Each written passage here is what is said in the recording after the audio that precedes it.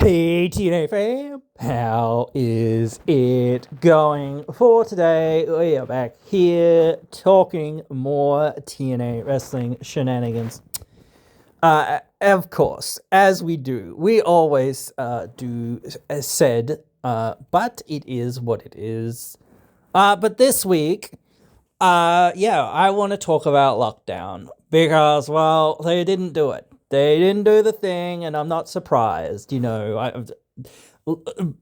me to think, or shudder me to think that they would actually announce any matches for lockdown more than a month out, or more than a couple of weeks out. Nah, they can't do that. They couldn't try to sell tickets for their upcoming show. No, they couldn't do that. They couldn't do that. No. Who would do such a thing? More than a month out? What? And I can understand if you're saying, oh yes, some of the other things or whatever else going on, like the world title, that's still kind of up in the air for now, or whatever else it is. Sure, okay, cool. But you could announce some other matches. And this week, when they had the Righteous facing the Hardys, I felt well, surely this is the thing that you're gonna have at Lockdown for the Hardys. But seemingly not, because they just beat the Righteous, so it makes me feel well, that's wrapped that up, and that was the only real story that was going on in that division, and now, every other team that's there, realistically, especially the heel teams, none of them have any real stories, or if they have a story, it's nothing to do with the tag team titles. So I really feel this is the be all and end all of it. With that, in that regard, maybe they will continue it, but realistically, to me and to a lot of fans, I feel they will feel it's over and that you're trying to reheat the feud or going back to it just because you've got nothing else and you suddenly went and gone, oh shit, yeah, we haven't done anything with anyone else and we haven't got a story for anyone else. Well, we'll just go back to the Righteous then.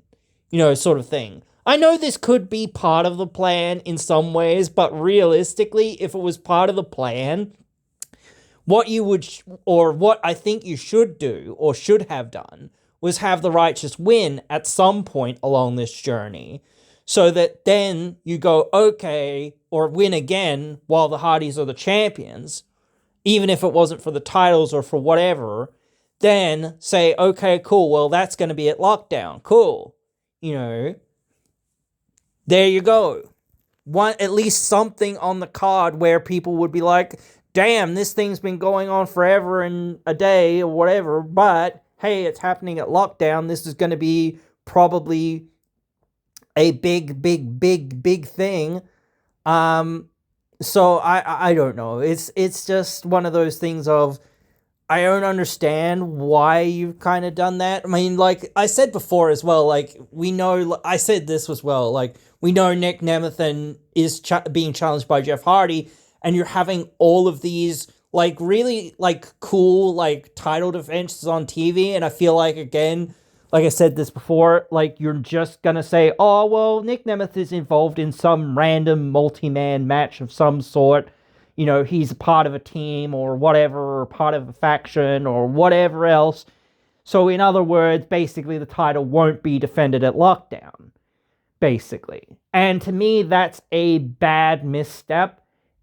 When people buy a pay-per-view, people buy that pay-per-view based on the assumption or the idea that the pay-per-view will have a world title match. Now, yes, you could have a Knockouts world title match, but again, obviously people are considering that the real world championship, the men's world title, will be defended because it is the money prize mostly for TNA and whatnot, and usually that is the way of things. Now, yes, you could try to push the Knockouts title to being as important in that regard for this show or for a show or for any show, but really you need a good thing going there for that.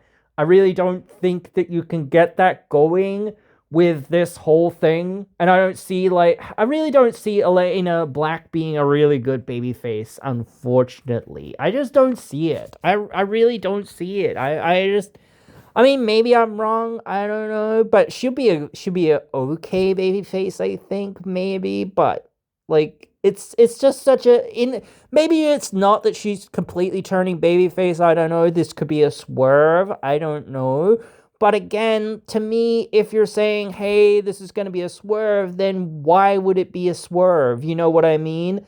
Because like she's a selfish person in many ways. So why would she do something for somebody else to join them as being their, left-hand person or right-hand person or whatever? I'm about to say right-hand man or whatever, but you know what I mean. Um, so I don't really see that. I don't really see it. I just don't like. She'd be okay as a babyface, I guess, but she really won't be. Like, if she continues just to be herself, kind of, well, not herself, but like herself turned up to 11, I guess, sort of thing, but kind of more babyface-ish, I guess. I don't know whether it could work. I don't know. But still, like, I don't know. It's just, like, dudes, we need to, like, this is what I keep complaining about. Like, there's so many times that it's like, I understand why you can do some of these things or what you're trying to get out of some of these things and why you're trying to build these things and not just say, oh, let's have this all happen all at once or whatever and try to get as much story out of it as possible. But the thing is, sometimes you do need that thing of, well, this happened, now it's going to happen, this is going to happen, and now we're going to move on the week after so that we can be like a week more ahead sort of thing and say, okay, well, what is going to happen at lockdown? That's only a month away, so what are we doing there? It's like these guys every time, it's like, oh, we'll figure it out at the next tapings. It's like, bro, what are you doing? Like, what are you doing? I just cannot fathom you going into, like, into a show and going, we still don't know what we're doing. Like, this is the sort of thing Vince McMahon used to do, and he used to make his mind up on the day or on the night or whatever else it was. Bro, that's not the way to book anything. You know what I mean? Yes, you can take the gauge and take the temperature and think to yourself, well, is this the right decision or is it the wrong decision, and change your mind or whatever. Let's scrap our plans, and sometimes you should do that.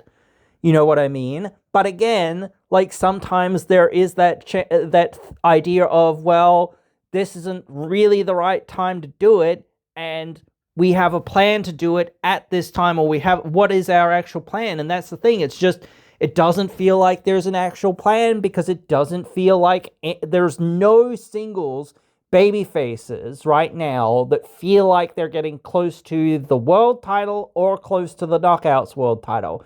And it doesn't feel like there's any, like, high-level heels that are getting close to the tag team titles. And it also doesn't feel like there's any really big baby faces getting close to the X Division title. And it doesn't feel like this whole thing between Mustafa Ali and Jason Hutch is going to culminate in anything for Hutch. Right? Like, not right now. Like I said before, I think that Hutch could beat Ali, but you need a real story. You really need the story of Jason Hutch has finally had enough of Ali and his patronage and all this other stuff and whatnot. And, not turns his back, but Mr. Ali turns his back on him and all this other stuff. And then, Hutch is like chasing Ali for a few months and then finally somehow, some way after months beats him, So it's not his time to beat that yet. The thing is, though, I will say that it is good, and I'm very happy to see Hutch actually getting some time and getting some story, and they're starting to do something with him, and they're actually starting to go somewhere with him, and actually, like, using him rather than just being a a member of the faction being in the background of this thing. Like I said this, I've been saying the same thing about Tasha Steeles and whatnot as well. Like even Agent Zero, same thing. Like everyone in this thing needs to be like out there having their own things and getting their own things and whatnot and doing whatever they're going to do. It shouldn't Ali if Ali was like Ali got the Great Hands the tag team title shot, but if he was like, I guess it's hard because it's like almost every other title is held by a heel, and even he's holding the title and he's a heel, and like realistically Hotch is still kind of heel, but like and like this is the thing, they're running this thing back that they did between Hotch and Ali, like whenever it was, like a couple of years ago, whatever it was, or a year or two ago, whatever it was, I can't remember now. But again, they're running that back. It's like, that should have been the end. Like, and here you are delaying it because you were like, oh, well, we don't have any real plans for that, or whatever, or whatnot. I don't know, or I don't know what the real issue was. I don't know what the issue was. Maybe there wasn't enough on the line. Maybe you felt like, oh, well, it could mean more, and it could actually elevate Hotch if there's a title on the line and all this other stuff. So I can get that. I can get all of that, and like, I just don't know. It's just this awkward situation to kind of be in. But the thing is, it does make me happy to see that Hotch, because I can't even remember how long he's been in TNA. But he's been in TNA for a long ass time, and he hasn't got very many opportunities, honestly. And I do feel like it is time for, again, like you're seeing some of this new guard, this young guard, getting some opportunities finally, which is good. But that's the thing. It's like, I don't know whether it's too little, too late kind of thing. And like, again, maybe it's like, well, did they really? Or were they really in that position? No, they really weren't, but that's been the problem. You haven't been saying, okay, let's try to make you a real main eventer. Let's really push you into being into that place, or let's really try to make something out of you rather than just being there in the background for somebody else. It's always good to be, like, remembering, like, again, I try to remember this too, of being like, yes, you're here to fill a role. Sometimes you are, I don't want to say, playing second fiddle to somebody else or whatever. But, at the end of the day, if it's making money, that's how you go. And the thing is about TNA and the situation that they're in, to me, again, it's very unlikely, even with some of these ex-WWE releases, maybe they'll get some of the NXT talent, about to say TNA talent, whatever, from that. But realistically, does it really matter? Because I will say again, most of those talent are newer talent, or talent that have been sort of, or aren't really ready, or as ready, and they aren't really as well connected to the audience. So at least, like, people have seen Hotch's story. At least people have seen everything, in TNA. Have seen everything that Hotch has done. Can kind of sympathize with him or whatever, and all of this other stuff. At least to some extent, at least to some degree. But yeah, like, you just bring in some new guys and, like, say, hey, suddenly this guy's going to be a big babyface or whatever. It depends who it is. But, like, if the audience can't connect to that person, or can't connect to that character, or can't connect to that thing, and this is the whole thing about Uhaa Nation, it seems like he's not with TNA, and I don't know what's happening with EC3, whether he's actually with TNA, or whether he's not with TNA, or what's going on, or whatever. Because again, like it'd be really good, even for a short period of time, again, for him to come back in and lose to Nick Nemeth, just to help, Nick Nemeth, and just to help the whole company and the divisions and everything else, get to the next thing. And actually, again, same thing with, like, AJ Francis, or any of the other big-time heels that you want to try to push in the next few years, Bear Bronson or whoever else. okay, cool, we bring him in, he eats a few losses and whatever, and then he goes away again or whatever. Cool. Or he just sticks around, who knows? I don't know. But that is up to you to decide, hey, this is what we're gonna do. And it does feel like he was just brought in to lose to Eric Young or whatever else it was, to an extent, but like I don't know. Like there has been some rumblings to say that Amazing Red will be back in the company or whatever, or back performing or whatever. Um, like I said before, like now, like you're in this situation where KC can't really challenge Nick Nemeth for the title, but that's his story that he has to at some point turn around and say, okay, how do I get that opportunity again and finally capitalize on that? And that might be 6 months, 8 months, a year down the road or whatever else it is. I don't know.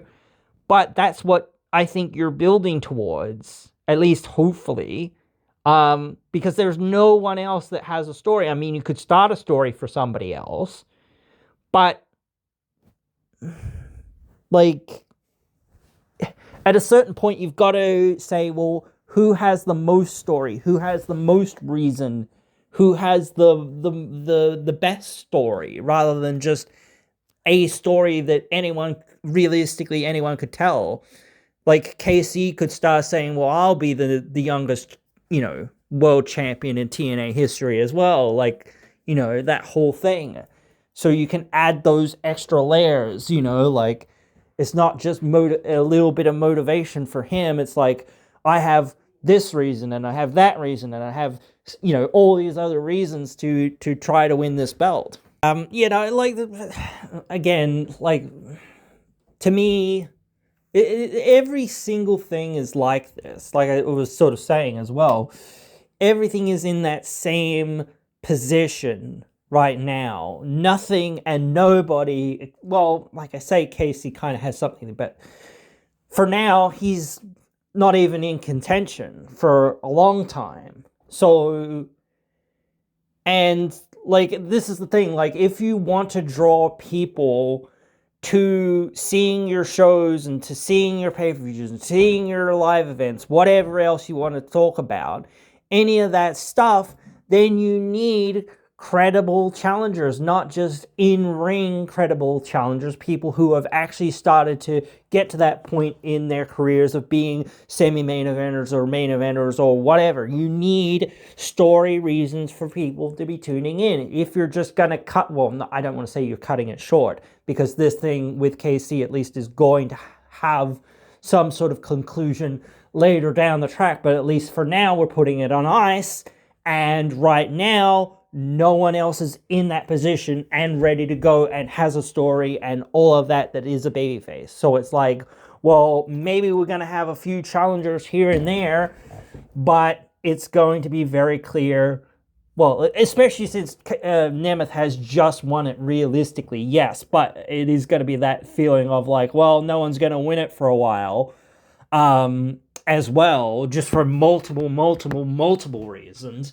Not let alone that you haven't really put enough equity and enough stock into some of the guys that you've got. And even, like I said before, you could bring back EC3 or anyone else that you want, or whatever else it is, and try to put them into this picture. But if you're not actually going to, have that for a long term, or have more for that, it's like, well, what, everybody knows what you're doing. I think this is also the problem. The fans aren't dumb enough anymore. That's the thing. The fans really aren't dumb enough anymore. What you could get away with before, you cannot get away with anymore. You cannot get away with the same sort of things that you used to get away with. The fans, like, not only can the fans remember more than half a minute worth of whatever happens or whatever else, which obviously they could before, but like, even if you say, oh, well, the fans don't really remember everything, well, sure, they don't really remember everything. They perhaps remember the feeling, or they remember a moment, or they remember something, yada yada, or whatever. the vibes or whatever else you want to call it or whatnot, but they probably don't remember everything. You can't say that now because, like, even back in the day when there was tapes, you could go back and watch the tape, or go back and watch the DVD, or go back and watch it on YouTube, or what have you. Or you could go and say, and now you can go and say, oh, well, I'll watch it on stream or whatever. So you can analyze everything down to its, like, most minute details, as well. Like, like in that main event match, they actually had a few botches in that main event match. But like, I'm not gonna be like sitting here and being like, bro, that ruined the match or whatever, or anything like that. But because it didn't hurt the match very much. But it did make, like, sometimes those botches and those things actually make it better, because it's like, it makes it look like much more of a real fight or a real match, rather than just being like, oh, I do a move to you, you do a move to me, da da da da da da, or whatever. It makes it feel a lot more real when it doesn't come off so clean, or it doesn't come off so crisp, or it doesn't, seem to just like, oh yes, da da da da. This seems like this is, like, choreographed or whatever. It's not just like, you have to have those moves and those moments that are choreographed, but you've got to work them in a way that doesn't make them look choreographed. That's why I'm not a huge fan of, like, a lot of the outside dives a lot of the time, because it's so obvious that they're just standing there going and looking up and waiting for the person to fall on top of them, and that's like, hey, in halfway what they should be doing, because, hey, that's, if somebody's flying from wherever they're flying, hey, we've got to catch them, we've got to protect them, we've got to protect them from hurting themselves or whatever, because they are our cash cow in some ways, or they're one of our hopeful future cash cows or whatever. But again, like, it looks so fake because you're just standing there, and like, you might be like, oh, well, they're actually waiting to catch them so that they can do a move to them. That's what you've got to have more of. You've got to have more of, which doesn't happen very much. You've got to have more of that, of those moments where the wrestler on the outside catches the smaller wrestler and does a move to them or whatever, because it doesn't happen nearly enough. And like, the times that people get their suicide dives or whatever off is way too high. And for like a match ending moment or something like that, yeah, that's a bit different. Or for a show ending moment or whatever, that's completely different. I understand that. But for a match, in a match, and like, some, well, with some of these people that have been wrestling for years, it infuriates me, because they should know better, that they shouldn't be like, oh, I get taken on every single move and all this other stuff or whatnot. So, but yeah, it is interesting, obviously, to see what they're going to do with KC, or what they're going to do with some of this other stuff. But it's so annoying to be like, oh, well, like, no one's doing anything. Like, it seems like you're having Ricky and Leon teaming up for Lockdown, to go up against the system or some variant of the system or whatever. Maybe even like they might tag with Moose or something. I don't know. But again, like, so what?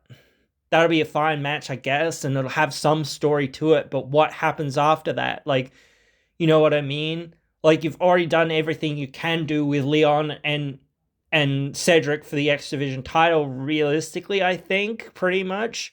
I mean, like, I said before, maybe you should, like, try to do that at Lockdown, because that would be, like, a real, like button on the thing, or a real, like, this is the end to the thing. It ends here, one way or the other. There's no ifs, ands, or buts type thing. Doesn't matter who wins, who loses, or whatever. But the thing is, like, Cedric's just won it.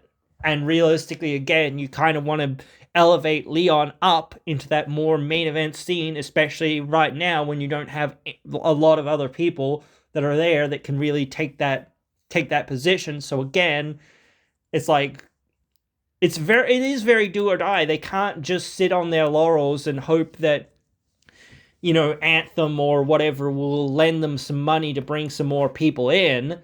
Like obviously they're saving money by not having a lot of these bigger contracts on some of their guys or whatever. But again, like at the end of the day, you've got to say, well, we can't just bring guys in. That works for a short period of time, but again, people start to be like, yeah, but I've seen everything that this guy or that guy, or pretty much everything that guy can do. And it's cool to sort of see if they can sort of, break that mold, or be like, oh, okay, let me reinvent myself. And it's been cool to see Ali and Mustafa Ali rather, and I don't know what I'm saying, Nemeth and the others or whatever try to reinvent themselves. Realistically, Nemeth hasn't reinvented himself that much, but it's a new place and a new fresh coat of paint, like I say, so it sort of helps a little bit with, like, but, like, again, it is that situation where we're just in, and it just does, and this is why maybe lockdown won't have, like, a single, like, I think, like, having a multi-man title match is fine, absolutely fine, but, it often works a lot better if you don't do that. It often works better if it's like, hey, me versus you, and this is the one story that we have to tell. Rather than, we're trying to tell this person's story, but we're also trying to tell that person's story. But we're also trying to tell this person's story. You know what I mean? Realistically, at the end of the day, if you're going into a multi-man match like that, realistically, you're telling one or two people's stories realistically, and the rest of the people that are there are just bodies in the pile. So realistically, you should just cut it down to those couple of people that actually have the story that you're working on, rather than being, well, this guy's just here because he's here. We don't have anything else for him, so he's here, or whatever. So, like, it just muddies the waters more, being like, this person's involved and they really have, well, they don't, not that they don't have any chance, but they don't have any storyline chance. You know what I mean? So that's one of those things of just saying, oh, well, Concision, even if, like, we don't really have anything else for them, hey, let's, figure out, the best thing to do for the story. It's not the best thing to do for the story to overcrowd the field and to just have all these stories going on that don't have anything to do with one another or whatever, or aren't going to have anything to do with one another. I mean, it can be difficult, like I say, but because, like, you can have that, like, Royal Rumble effect or whatever, where it's like, well, suddenly now this person's fighting that person, and that person fighting this person, and yada, yada, yada, all that sort of stuff. But, yeah, again, it is a really tough position to be in, and it does feel like I mean, like, Moose is still there, we've still got Moose, so, like, maybe he'll have a chance at the world title, maybe, but I still really don't think that he's gonna win it, because, again, like, it just, like, he's already won the title twice, and it's like, you can have people who are defining of eras, and Moose has been there for a long time, realistically, as well. So, like, and I do think, like, somewhat he should have won more titles or whatever else it was or whatnot. But is this time to do it? Not really. Is there, like, this is what I mean. This is, like, nothing against him or whatever. Not, like, it's certainly his big draw, and you could say, well, big drawer, let's put it on that big drawer and just, like, go with it, and then let's see what we can do with it. Sure, there's always that, but it's like, well, I would rather us, go down the track of saying, okay, let's figure out who has the best story, because that is, like, despite, like, star power, what people get invested in is the story. Why does this matter? Why am I tuning in to see this? And, like, they've had a bad run for a while, and they're really just, like, some of the stuff that they've been doing has been good and whatnot, and I don't want to take away anything from some of the storytelling that they've done, but some of the decisions are still, like, kind of questionable, and it's kind of like, well, why are you doing this? Why are we going this way instead of going this way? This seems like the most, like, obvious way to go. Don't do this, wait for that, like, let's pay this off here instead of like going that way and trying to do something else, like doesn't make any sense. So yeah, I'm a little annoyed with the situation as it is with the fact that they haven't announced anything, and like I don't think the ticket sales have really picked up very much. I don't know. So like maybe we'll have a quick look so that we can actually confirm or deny, I guess, whether I should have guessed looked this up already, but whatever. It is what it is. But anyway, so let's make sure I'm not just farting out of my mouth here and spooting shit, basically. If the website will ever load. If the website will ever load, yeah. Right, so it looks like they've sold a few more tickets, but not that many more tickets in the floor seating. So yeah, I mean, they've sold some more tickets, but not a lot more. And like, again, we always say, like, it seems like they always sell a lot of tickets, like, the day of in walk-ups and things like that. So I do try to keep that in mind, or do try to keep that within reach. But the thing is, it's like, again, even when you've got like your events with your saying this is what you're going to see and this is what you're going to see and that's what you're going to see, it's like, well, that's cool and all, but like, you're 2 weeks out, or you're only a couple of weeks out from the actual event. You should have announced this not even 2 more weeks ago. You should have announced this, several weeks ago, and then been building everything on TV to get to there. You know what I mean? So again, again, like when you are building something up, instead of just going, well, let's do it, you should have been building it up. You should have been saying, for the last 3 weeks, for the last 3 months, for the last 6 months, this is what we've been doing with this person. They've been on, like, Mr. Elegance is actually on the roll and is actually doing some stuff, but, like, what does it mean? Like, that's what I mean. It's like, well, where is this going? You know what I mean? Doesn't feel like it's going anywhere or it's doing anything. It's just there. He's just, not lost for the last several weeks. And it's like, okay, so what? He's not a babyface, so he's not going to challenge Nick Nemeth, and he's not going to challenge Mustafa Ali. So what are you doing with him being in the position that he is? You know what I mean?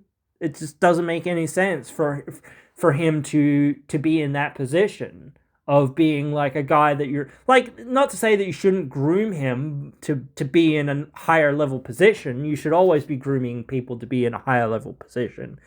But the thing is, it's like, well, he's heel, and like, yes, you could try to turn him babyface or whatever, but realistically, you need to be building the babyfaces, saying, okay, who is our big babyfaces besides Leon, and basically, realistic at the moment, that's about it. That can challenge for the world title, or maybe Moose, but that's about it. So again, like, that's what we need. We need Leon to be like seemingly bursting out of the pack or whatever else it is. Maybe, again, as I said, Moose will get a potential title shot at some point down the road. When, I don't know. But, like, he will get that potential shot later down the road.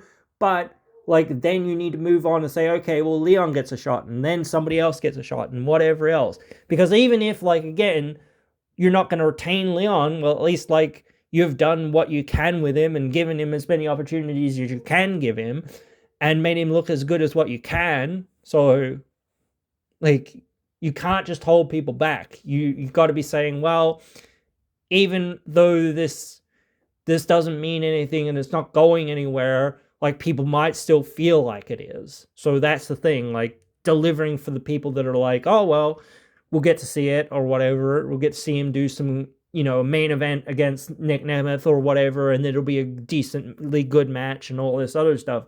So wait to see, like, how it all unfolds and when all this sort of stuff unfolds or whatever. at least like we know basically Nemeth is like again well, I don't want to just say a placeholder, but he's a placeholder. So whenever it is time to put that belt on, well, I'm assuming KC, but when it's time to put that belt on KC, it will happen. So just have to wait and see for when it sort of happens and or how it happens and whatnot. Um, like I said, but yeah, for now it's like in the back of our mind, and it'd be nice to sort of see. Well, he hasn't really had a singles X Division title match, so something there potentially. It doesn't make any sense for him to go into really the tag team scene right now. I mean, he could, but like again, and it doesn't make sense for him and anyone else to really be that highly featured, I guess. So, but yeah. Anyway, guys, yeah.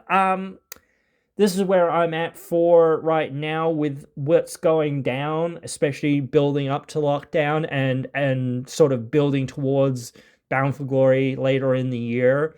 And then obviously Ultimate X, basically the end of the year, and then Genesis probably early next year at some point. They haven't really announced that, which I'm sure that they will do probably maybe at lockdown, maybe, but we'll have to wait and see. So, and I would like them to actually announce like 6 months in advance, like up to mid next year, not just, oh, Genesis is coming and then whatever. We've not announced anything for the rest of the year, so. But yeah, guys, anyway, hope you've enjoyed this one. Hope you join me again in another one.